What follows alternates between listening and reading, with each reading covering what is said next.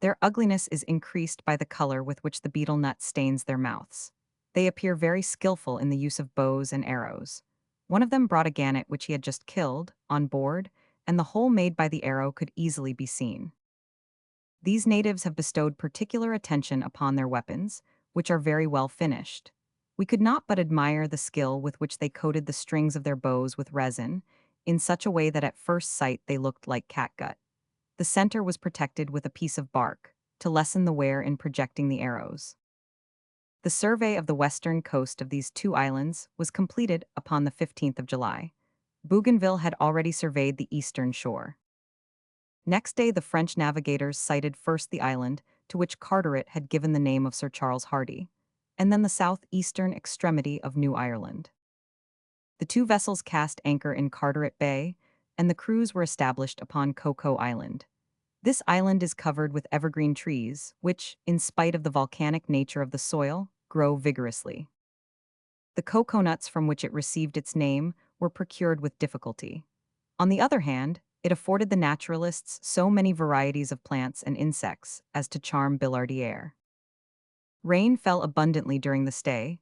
It was like a ceaseless torrent of tepid water.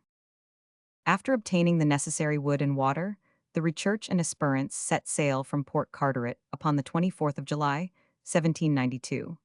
In so doing, the Esperance unfortunately lost an anchor, the cable having been cut by the coral reefs. The two vessels then entered St. George's Strait, which at the southern extremity is only about 42 miles in width, about half the extent assigned to it by Carteret.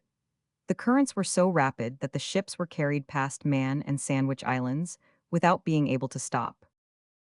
After sighting Portland Islands, low lands, 7 in number, which stretch fro degrees 39:44 s lat to 147 degrees 15 e long, 500 Entrecasteaux continued his route towards the Admiralty Islands, which he intended to visit. It was upon the most easterly of these islands that, according to the report received by Commodore Hunter, the natives wearing French naval uniforms had been seen. The natives appeared in crowds, says the narrative. Some ran along the shore, others, fixing their eyes upon our vessels, invited us by signs to land. The cries they uttered were intended to express their joy. At 1:30 the vessels anchored, and a boat was dispatched from each, containing articles for distribution among the natives of the small island. The frigates were so placed as to protect the boats as they neared the land, in the event of any attack by the savages, for our recollection of the treachery of the natives of the islands south of the Admiralty made us distrustful. The coast abounded in reefs. The boats could only approach within 100 yards of the shore. Numbers of the natives crowded to the beach and invited the French by signs to land. One of the savages, distinguished by a double row of small shells upon his forehead, appeared to exercise a good deal of authority. He ordered one of the natives to jump into the water and bring us some coconuts. Fearing to approach strangers swimming and defenseless, he hesitated for a moment. The chief, evidently quite unaccustomed to resistance to his wishes, followed up his command by blows from his club, and compelled obedience. As soon as the islander returned to land, curiosity brought the natives around him in crowds. Each wished to participate in our presence. Pirogues were immediately launched, and many natives swam to the boats, which were shortly surrounded by quite a crowd. We were surprised that the violence of the surf upon the breakers did not intimidate them. Perhaps the French may have attempted that which the Indians accomplished. It seems probable that they would never have observed these people if the vessels, or at least a small boat, had not been wrecked in the archipelago. The only remark made by them is to the effect that the natives understood and appreciated the use of iron. 500 Entrecasteaux then proceeded to reconnoiter the northern portion of the archipelago and to trade with the natives. He did not land anywhere, and does not appear to have executed this part of his task with the minute care and attention which might have been expected of him. The Recherche and the Esperance afterwards visited the Hermit Islands, discovered in 1781 by a Spanish frigate, La Princesa. The natives, like all those they had encountered, showed a great desire to induce the strangers to land, but did not succeed in persuading them to do so. The Exchequer Islands, discovered by Bougainville, several unknown low islands, covered with luxuriant vegetation, Schouten Island, and the coast of New Guinea, were successively sighted. In the interior of the last named, a large chain of mountains was distinguished, the loftiest of which appeared at least 3,500 feet high. After coasting this large island, the Research and the aspirants entered pit strait to reach the Moluccas. Upon the 5th of September, 1792, the French joyfully anchored in the roadstead of Ambona. There were many sufferers from scurvy on board, and officers and crew alike needed a lengthened rest. The naturalists, astronomers, and other scientific men immediately landed and took the necessary steps for the prosecution of their various observations. The naturalists were particularly successful in acquiring new facts. La Billardière congratulates himself upon the multiplicity of new plants and animals that he was able to obtain. Once when upon the shore, he says, I heard what appeared to be wind instruments, the tones now harmonious, now discordant, yet never unpleasing. These harmonious and distinct sounds appeared to come from a distance, and I imagined the natives were making music some 6 or 7 miles beyond the roadstead. But my ear deceived me, for I found that I was not 100 yards from the instrument. A bamboo cane, at least 60 feet high, was fixed vertically upon the shore. At each notch a slit had been made, about 2.5 inches long and 1.25 broad. These slits made so many openings for the wind, which, passing through them, produced varied and pleasant sounds. As the notches in this cane were very numerous, the slits had been made all round, so that whichever way the wind blew it went through some of them. I can only compare the sound of this instrument to that of an harmonium. During this long stay of a month in one place, the vessels were well caulked, the sails and rigging attended to, and every precaution taken for a voyage in tropical and damp climates. A few details on the roadstead of Ambona, and the manners and customs of the native population, will not be out of place. Ambona roadstead, says La Billardière, forms a channel some 13 or 14 miles in length and about 2.5 miles in breadth. It affords good anchorage, although the bottom is partly of coral. The fort, called Victory Fort, is built of bricks. The governor and some of the members of government reside there. It was at this time falling into ruins, and every discharge of cannon did evident damage. The garrison consisted of about 200 men, of which the natives of the island composed a considerable part. The remainder consisted of a few retired European soldiers and a small detachment of a Württemberg regiment. The mortality amongst officers living in the Indies makes the lives of those who have been some time in the climate precious. The Dutch company is therefore seldom true to its promise to allow them to return to Europe at the expiration of their time of service.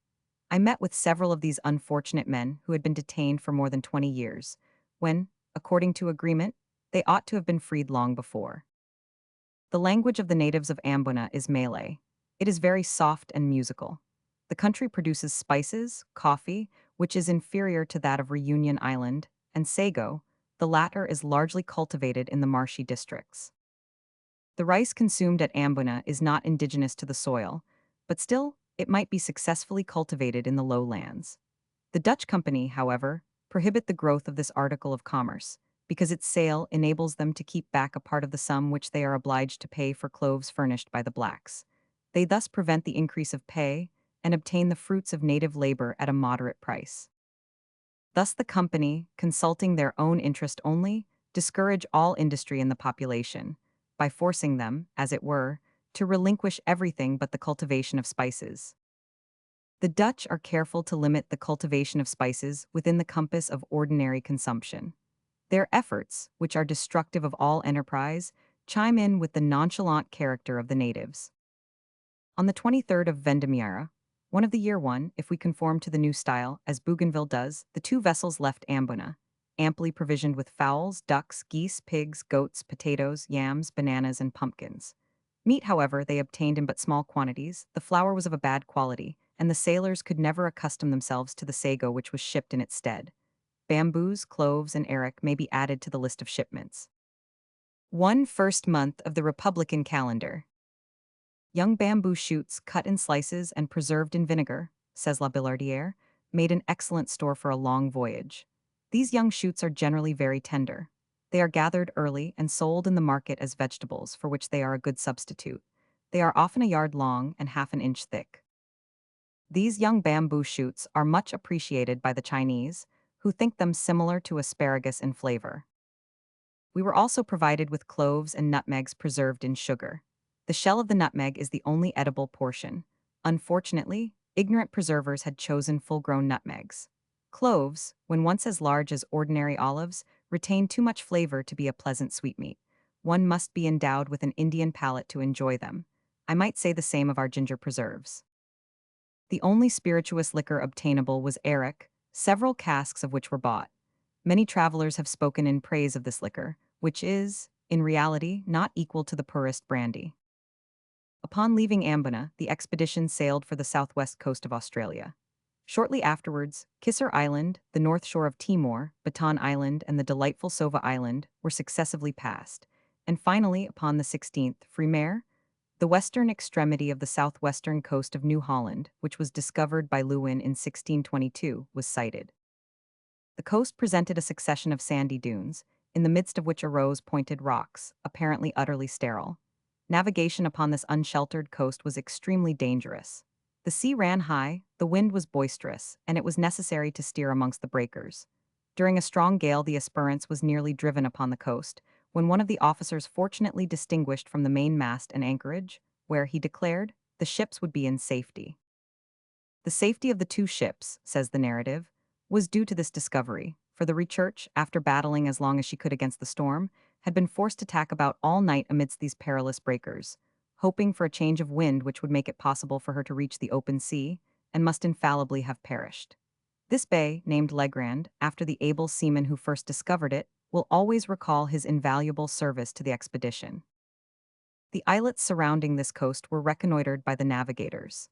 A geographical engineer, named Rich, belonging to the Research, landing upon the mainland to make observations, lost his way, and only reached the vessels after 2 days' absence, nearly dead of fatigue and hunger. This small archipelago concluded the discoveries of knights. We were surprised, says La Billardière, at the exactitude with which the latitude had been determined by this navigator, at a time when instruments were very imperfect. The same remark applies to nearly all Lewin's discoveries in this region. Upon the 15th, Nivô's 231 degrees 52 lat.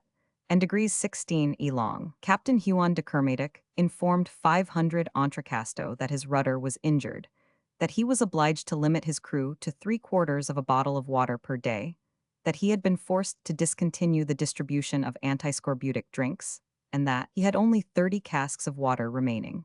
The Research was hardly in better case.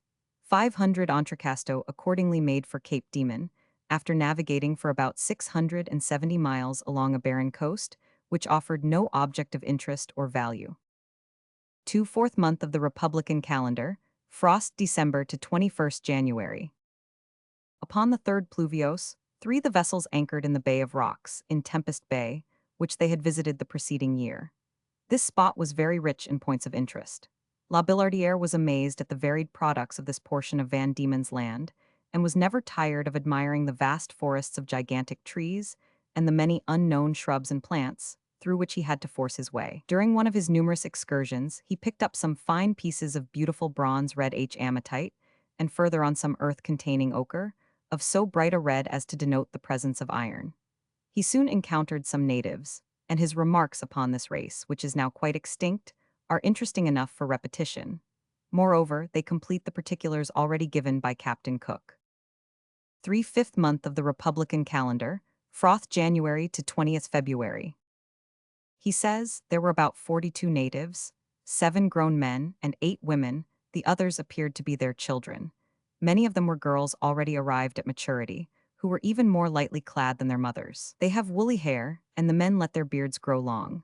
In the children the upper jaw projects, but in adults it is about even with the lower.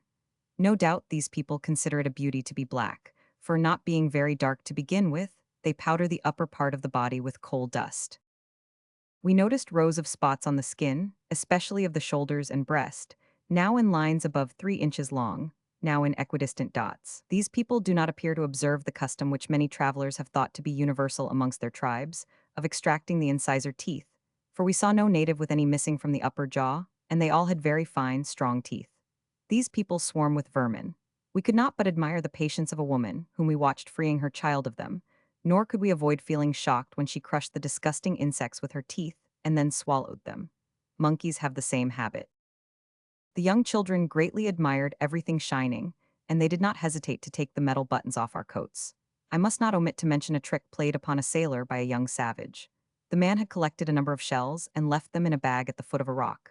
The native furtively removed them and allowed the sailor to search for them vainly for some time, then quietly replacing them. He seemed much amused at the trick he had played. Early in the morning of the 26th Pluvios, the two vessels weighed anchor, entered 500 Entrecasto Strait, and on the 5th of Ventose, four anchored in Adventure Bay. After a stay of 5 days, spent in taking observations, 500 Entrecasto set sail for New Zealand and reached its southern extremity. After an interview with the natives, too short to admit of additions being made to the many and precise observations of Captain Cook, 500 Entrecasto started for the Friendly Islands, which La Perouse had intended visiting. He anchored in Tonga Tabou Bay. The vessels were at once surrounded by a crowd of pirogues and literally boarded by the natives, who came to sell pigs and every variety of fruit. 6th month of French Republican calendar. One of the sons of Pulao, the king Cook had known, received the navigators cordially and scrupulously superintended the trade with the islanders. This was no easy task, for they developed surprising talents for stealing everything which came in their way. La Billardière describes rather a good joke of which he was the victim. He was followed to the provision tent by two natives, whom he took to be chiefs. One of them, he says, was very anxious to choose the best fruits for me. I had placed my hat on the ground, thinking it safe there, but these two rogues understood their business. The one behind me was clever enough to hide my hat under his clothes, and was off before I perceived the theft. The other speedily followed. I was the more surprised at this attempt, because I should have supposed they would not have had the courage to steal so large an object, running the risk of being caught, in the enclosure to which we had admitted them. Moreover, a hat could not be a very useful article to these people, who generally go bareheaded. Their dexterity in robbing me convinced me that it was by no means their first attempt. The French entered into relations with a chief named Fino, probably the same who is mentioned as Fino in Captain Cook's voyage, and who called him Tout. But he was only a secondary chief. The real king, supreme chief of Tonga Tabou, Vavo, and of Anamuka, was named Taubao. He visited the ships and brought back a gun which had been stolen a day or two previously from a sentinel. He presented 500 Entrecasto with two pieces of stuff made from the bark of the mulberry tree, so large that if opened out either would have covered the vessel. In exchange for mats and pigs, he received a fine hatchet and a general's red coat, which he immediately put on. 2 days later, an extraordinarily stout female, at least 50 years of age, and to whom the natives paid great respect, came on board. This was Queen Tina. She tasted everything that was offered to her but preferred preserved bananas. The steward stood behind her chair and waited to clear away, but she saved him the trouble by appropriating the plate and napkin. King Taubao was anxious to give an entertainment to 500 Entrecasto. The admiral was received upon landing by two chiefs, Fino and Omalai, and conducted by them to an extensive esplanade. Taubao arrived with his two daughters. They had sprinkled a quantity of coconut oil upon their heads, and each wore a necklace made of the pretty seeds of the Arbus pecatorius.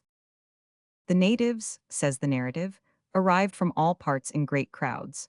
We estimated that the number amounted to at least 4,000. The seat of honor was evidently to the left of the king, for he invited 500 Entrecasto to take his place there. The captain then offered the presents he had brought for the king, which were gratefully accepted. A piece of crimson damask excited the most vivid admiration from all the assembled natives. "Eho, eho!" they exclaimed repeatedly, in accents of the greatest surprise. They uttered the same admiring cry when we unfolded some pieces of colored ribbon, in which red predominated. The captain then presented a couple of goats and a pair of rabbits, of which the king promised to take every care. 500 Entrecasto also bestowed various presents upon Taubao's son Omalai and several other chiefs. To our right on the northeast, under a shady breadfruit tree laden with fruit, 13 musicians were seated, who sang together in different parts.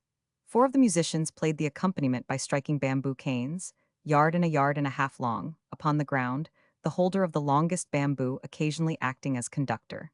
These bamboo canes emitted a sound not unlike that of a tambourine, and they were arranged in the following order. The 2 medium-sized canes were in unison, the longest a tone and a half lower, and the shortest 2 tones and a half higher. The voice of the alto was heard far above all the others, although he was a little hoarse. He accompanied himself by striking with 2 little sticks upon a bamboo cane, some 6 yards long, and split throughout its entire length. 3 musicians stationed in front of the others appeared to explain the song by gestures, which had apparently been well studied, as they all acted in unison. Occasionally gracefully moving their arms, they turned towards the king, while sometimes they suddenly sunk their heads upon their breasts, and as suddenly tossed them back. After these entertainments, Taobao offered the captain several pieces of stuff made from the bark of the mulberry tree.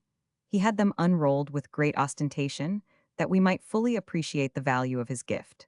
The minister seated upon his left ordered the preparation of kava, which was soon brought in an oval-shaped wooden vase, about 3 feet long. The musicians had reserved their best pieces for this moment, for at each succeeding effort we heard applauding cries of "Molly, Molly," and it was evident that the music had an agreeable and inspiriting effect upon the natives. The kava was then offered to the various chiefs by those who had prepared it. This concert, it will be seen, was by no means equal to the splendid entertainment which had been given to Captain Cook. Fate in honor of 500 Entrecasteaux at the Friendly Islands. Fate in honor of 500 Entrecasteaux at the Friendly Islands. Facsimile of early engraving. Queen Tina followed it up by giving a grand ball, which was preceded by a concert, fully attended by the natives, amongst whom, we may incidentally mention, were numbers of thieves, who became so bold that they ended by forcibly taking possession of a cutlass. As the blacksmith of the rechurch pursued the thieves, they turned, and seeing him alone, struck him on the head with a club. Fortunately, his danger was perceived by those on board the Esperance, and a well-directed shot dispersed his assailants. Several natives were killed upon this occasion by the officers and sailors, who, not seeing exactly what had happened, treated all the islanders they met as dangerous. Fortunately, Concord was soon restored, and the relations were so friendly when the time came for the French to leave that many of the natives begged to accompany them to France. The intelligent account which these islanders gave of the vessels which had anchored in this archipelago, says the narrative, convinced us that La Perouse had not visited any of these islands. They remembered perfectly every occasion upon which they had seen Captain Cook, and they indicated the intervals between his visits by the crops of yams, reckoning 2 in each year. It is true that their information, as far as it related to La Perouse, was in direct contradiction to the facts which Dumont d'Urville collected 36 years later, when Tamaha was queen. I was anxious to know, he says, if any Europeans had visited Tonga between Cook and 500 Entrecasteaux. After a few moments' reflection, she explained to me very clearly that a few years before 500 Entrecasteaux's visit, 2 large vessels, like his in every respect, carrying guns and many Europeans, had anchored off Anamuka and remained there 6 days. They showed a white flag, quite unlike the English one. The strangers had been very friendly with the natives and had had a house on the island and entered into trade. She related that a native who had agreed to exchange a wooden bolster for a knife was shot by an officer because he wanted to take back his merchandise when he had been paid for it.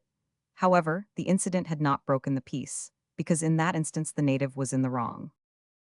Although it is impossible to suspect Dumont d'Urville of any attempt at imposition, many portions of this circumstantial account bear the impress of truth, more especially that relating to the flag, as being different to that of the English. Must we then charge 500 Entrecasteaux with want of thoroughness in his work? This would be a very serious charge. Yet 2 circumstances, which we shall presently relate, appear to point to that conclusion. The natives witnessed the departure of the French with keen regret. The expedition left upon the 21st Germinal. 5 and 6 days later, the Esperance signaled Aronin, the most easterly of the islands of Santo Espiritu, discovered by Quiros in 1660. Beyond this Anatum, Tana, with its volcano in constant eruption, and the Budemp-Spoper Islands were passed. Carried onwards by the currents, the vessels were soon in sight of the mountains of New Caledonia and anchored in Balade Harbor, where Captain Cook had cast anchor in 1774. 7th month of the Republican calendar, frost March to 19th April. The natives were acquainted with the use of iron, but they did not appear to value it as highly as others had done, probably because the stones they used instead were very hard and answered admirably for their purposes. Their first demand upon going on board was for something to eat, and their need was unmistakable, for they pointed to their manifestly empty stomachs. Captain Cook had already remarked that they managed their pirogues, which were far less ingeniously constructed than those of the Friendly Islands, unskillfully. The greater number of these natives had woolly hair, and skins almost as black as those of the inhabitants of Van Diemen's Land. Their weapons were assegais and clubs, and in addition to these they carried at the waist a little bag, full of the oval stones which they throw from their slings. Typical native of New Holland. Typical native of New Holland. Facsimile of early engraving. After a short excursion inland, during which they visited the huts of the natives, which were shaped like beehives, the officers and naturalists prepared to re-embark. Upon returning to our boat, says the narrative, we found more than 700 natives who had assembled from all directions. They began by demanding stuffs and iron in exchange for their wares, and soon some of them proved themselves errant thieves. I will mention one of their many maneuvers. A man offered to sell me the little bag of stones which he carried at his waist. He unfastened it and pretended to offer it to me in one hand, whilst he held out the other for the price upon which we had agreed. But at the same moment, another native, who had taken up his stand behind me, uttered a shrill scream, which made me turn my head in his direction, whereupon the rogue made off with his bag and hid himself in the crowd. We were unwilling to punish him, although most of us carried our guns. Unfortunately, our leniency might be regarded as a proof of our weakness, and so add to the native insolence, and an incident which shortly occurred indicates this was so. Some natives were bold enough to throw stones at an officer who was only about 200 paces away from us. We were still unwilling to act harshly, as we had heard so much in their favor from Forster's narrative, and had such confidence in their good will that still more evidence was required to convince us of their real character. One of them, who was enjoying a broiled bone and busily devouring the meat which still clung to it, offered a share of his meal to a sailor named Pyern. He, thinking it to be the bone of some animal, accepted it, but before eating it showed it to me. I at once recognized that it had belonged to the body of a child, of probably 14 or 15 years of age. The natives crowding round us showed us upon a living child the position of the bone, owning without hesitation that the man had been making his meal off it, and giving us to understand that it was a great delicacy. Those of our company who had remained on board could hardly credit our account of this disgusting fact. They refused to believe that a people who had been so differently described by Captain Cook and Captain Forster could be capable of so degrading a practice, but the most incredulous were soon convinced. I had retained possession of the gnawed bone, and our surgeon at once recognized it as that of a child. To make still more sure of the cannibalism of the natives, I offered it to one of them. He seized it eagerly and tore the remaining flesh from it with his teeth. After he had done with it, I passed it to another, who still found something upon it to relish. Natives of New Caledonia. Natives of New Caledonia. The natives who visited the vessel committed so many thefts and became so impudent that we were forced to drive them away. Upon landing next day, the French found the natives feasting. They immediately offered a share of their meal to the strangers. It proved to be human flesh recently cooked. Many of them even came close up to the French and felt the muscles of their arms and legs, uttering the word carapac, with an expression of admiration and longing which was anything but reassuring. Many of the officers were assaulted and robbed with the greatest effrontery. There remained no doubt of the intentions of the natives. They even attempted to possess themselves of the hatchets the sailors had brought on shore to cut wood, and were only made to desist by being fired upon. These constantly recurring hostilities always ended in the repulse of the natives, many of whom were killed or wounded. But in spite of the repulses they met with, they let no favorable opportunity pass of recommencing their attacks. La Billardière was witness to a fact which has since been frequently observed, but was long disbelieved. He saw the natives eating steatite. This mineral substance serves to deaden the sense of hunger, by filling the stomach and sustaining the viscera of the diaphragm, and although it contains no nourishment whatever, it is useful to them, because they have long periods when food is scarcely procurable, as they bestow very little cultivation upon their land, which is naturally very sterile. Yet, one would scarcely have expected hungry cannibals to resort to such an expedient. No news of La Perouse had been obtained during the stay in New Caledonia. But M. Jules Garnier states that a tradition exists of the appearance of two large ships, which had sent boats on shore, near the northern extremity of Pine Island. After the first alarm, says M. Jules Garnier, in a communication which appeared in the Bulletin de la Société de Géographie, for November 1869, the natives approached the strangers and fraternized with them. They were quite astonished at their riches, and their cupidity induced them to oppose the departure of the French sailors by force, but their ardor was moderated by a volley which killed a few of them. Little pleased with their reception, the the French vessels proceeded to the mainland, after letting off a cannon, which the natives took to be a clap of thunder. It is strange that 500 Entrecasto, who entered into communications with the natives of Pine Island, should have heard nothing of these events. The island is small, and its population has always been scanty. The natives must have kept secret the fact of their dealings with La Perouse. Had 500 Entrecasto, in his navigation among the coral reefs which protect the eastern coast of New Caledonia, succeeded in entering one of the many openings he met with, he might have found some trace of the course taken by La Perouse, who was a careful navigator and anxious to emulate Cook, who had touched at several points of that coast. A whaler, whose account is quoted by Rienzi, declared that he had seen medals and a cross of St. Louis, relics of the French expedition, in possession of the natives of New Caledonia. Jules Garnier, during a voyage from Noumea to Canala, in March 1865, observed in the hand of one of their native escort an old rusty sword in the fashion of the last century, which bore the impression of the fleur-de-lis. He could obtain no account of it from its possessor, except that he had had it a long time. There is no evidence that any member of the expedition gave a sword, still less a cross of the Order of St. Louis, to a savage. No doubt an officer had fallen in some encounter, and thus these articles had come into native hands. This hypothesis accords with M. Garnier's explanation of the contradictory accounts given by Cook and 500 Entrecasto of the people of Balade. According to the former, they are peaceable, honest, and friendly. According to the latter, they are robbers, traitors, and cannibals. Jules Garnier suggests that some extraordinary event must have changed the disposition of the natives between the two visits. Most likely an encounter had taken place. The Europeans may have been driven to the use of arms. They may possibly have destroyed plantations and burnt huts. In such a case, their hostile reception of 500 Entrecasto would be explicable. La Billardière, in his account of an excursion to the mountains forming the watershed of the northern extremity of New Caledonia, and from which the sea can be seen on either side, says, "We were followed by 3 natives, who had no doubt seen us a year previously, when we coasted the eastern shores of their island, for before they left us they spoke of 2 ships which they had seen upon that coast." La Billardière ought to have pressed the natives upon this subject. Were the vessels seen by them those of La Perouse or of 500 Entrecasto, and was it really a year previously? From these details, we see how much it is to be regretted that 500 Entrecasto did not pursue his investigations more zealously. No doubt, had he done so, he would have found traces of his fellow countrymen. We shall shortly see that with a little perseverance he would have found some at least, if not all of them alive.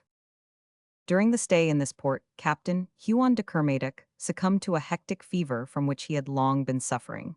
He was succeeded in the command of the Esperance by M. 500 Hesmony Doribao. Leaving New Caledonia upon the 21st Floreal, 500 Entrecasto sighted successively Moulin and Huon Islands, and Santa Cruz de Mendana, which is separated from New Jersey by a strait, in which the French vessels were attacked by the natives. 6th month of the Republican calendar, froth April to 20th May. To the southeast 500 Entrecasto observed an island, which he named after the Richurch, and which he might have called Discovery if he had approached it. It was Vanikoro, an islet surrounded by coral reefs, upon which La Perouse's vessels had been wrecked, and which at this time, in all probability, was inhabited by some of the unfortunate seamen. It was most unfortunate to be so near success, and yet to miss it. But the veil which hid the fate of La Perouse and his companions was not destined to be removed for a long time yet.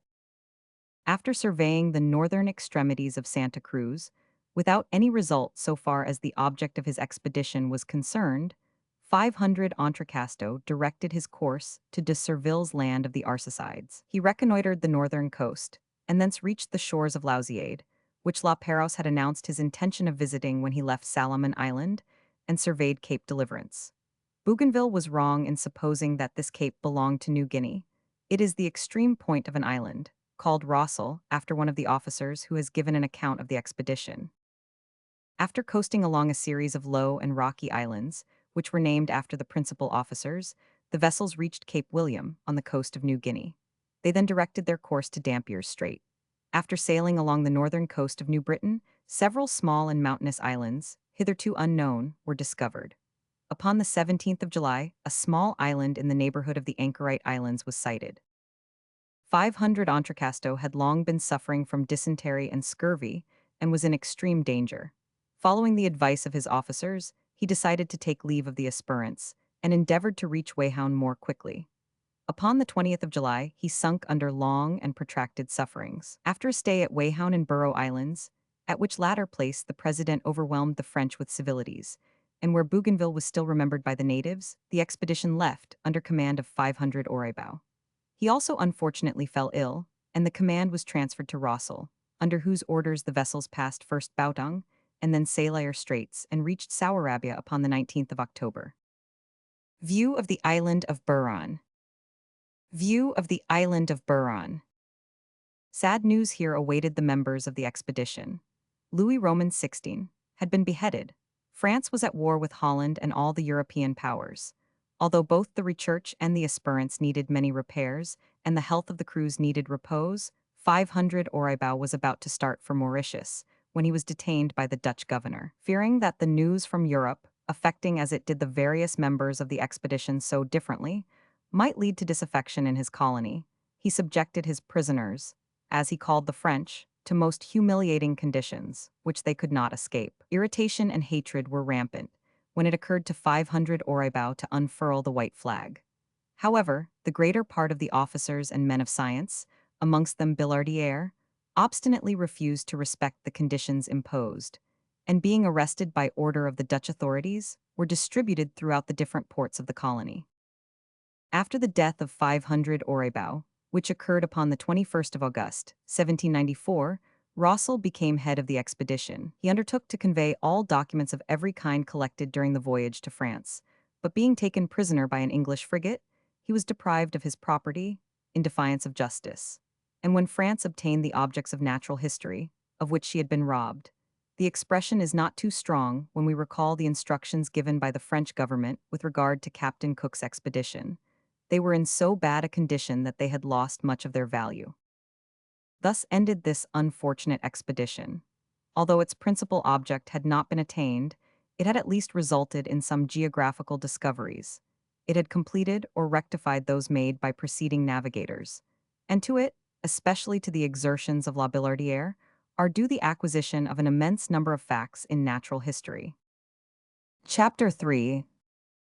Captain Marchand's Voyage, the Marquesas, Discovery of Naukahiva, Manners and Customs of the Inhabitants, Revolution Islands, the coast of America and Tchinkitaine Port, Cox Strait, stay at the Sandwich Islands, Macau, disappointment, return to France, discoveries made by Bass and Flinders upon the Australian coast, Captain Bawden's expedition, Endracht and de Witt Islands, stay at Timor, survey of Van Diemen's Land, separation between the geograph and the naturaliste, stay at Port Jackson, convicts, agricultural wealth of New South Wales, return of the naturaliste to France, cruise of the geograph and of the Casuarina to the islands of Knights, Edels, Endracht and de Witt, second stay at Timor, return to France. Etienne Marchand, a captain in the merchant service, returning to France from Bengal in 1788, met with the English Captain Portlock in the roadstead of St. Helena.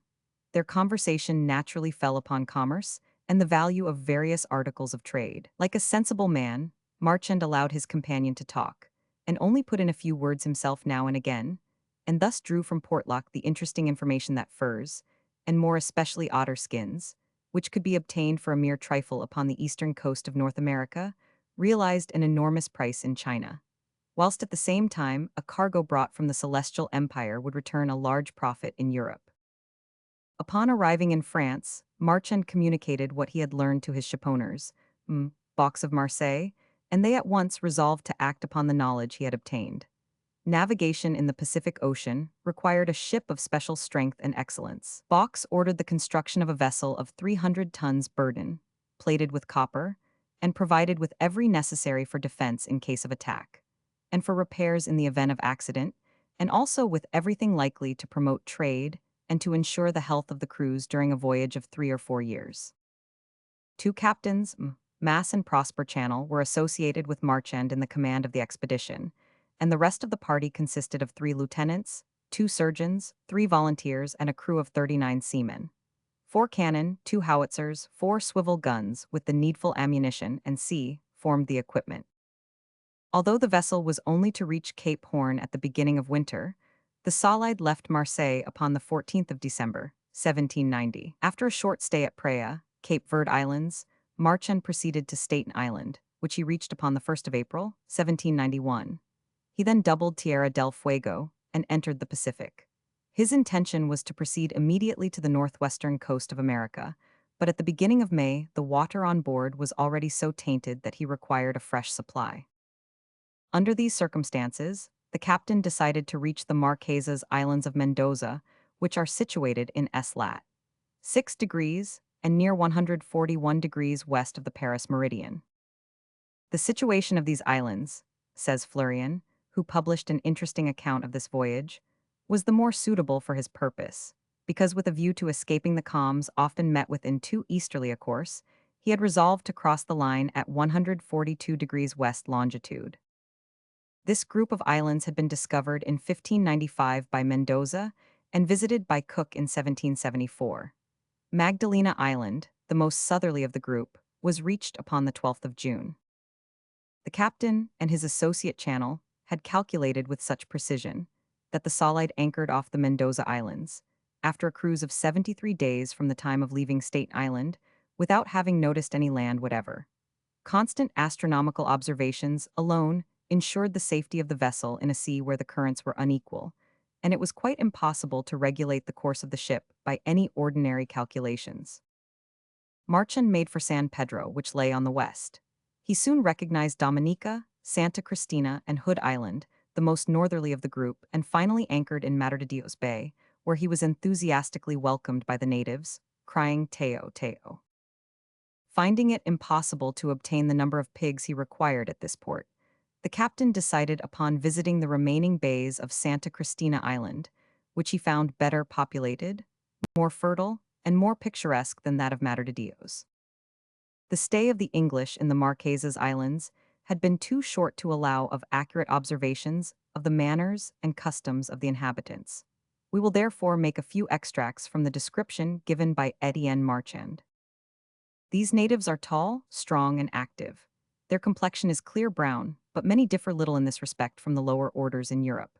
The climate renders clothing unnecessary, but they tattoo their entire bodies so regularly, each arm and leg, for example, exactly like its fellow, that the effect is by no means bad. The way of arranging the hair varies, and fashion is as despotic in the Marquesas as in other countries. Some wear necklaces of red beads, others a string of small pieces of light wood. Although both men and women have their ears pierced, earrings are not usually worn. But a young native girl has been seen strutting about wearing as a neck ornament the rusty iron shaving dish which she had stolen from the ship's barber, whilst a man was equally proud of sporting the ramrod of Captain Marchand's gun, which he had placed in the orifice of his ear, letting part of it hang down.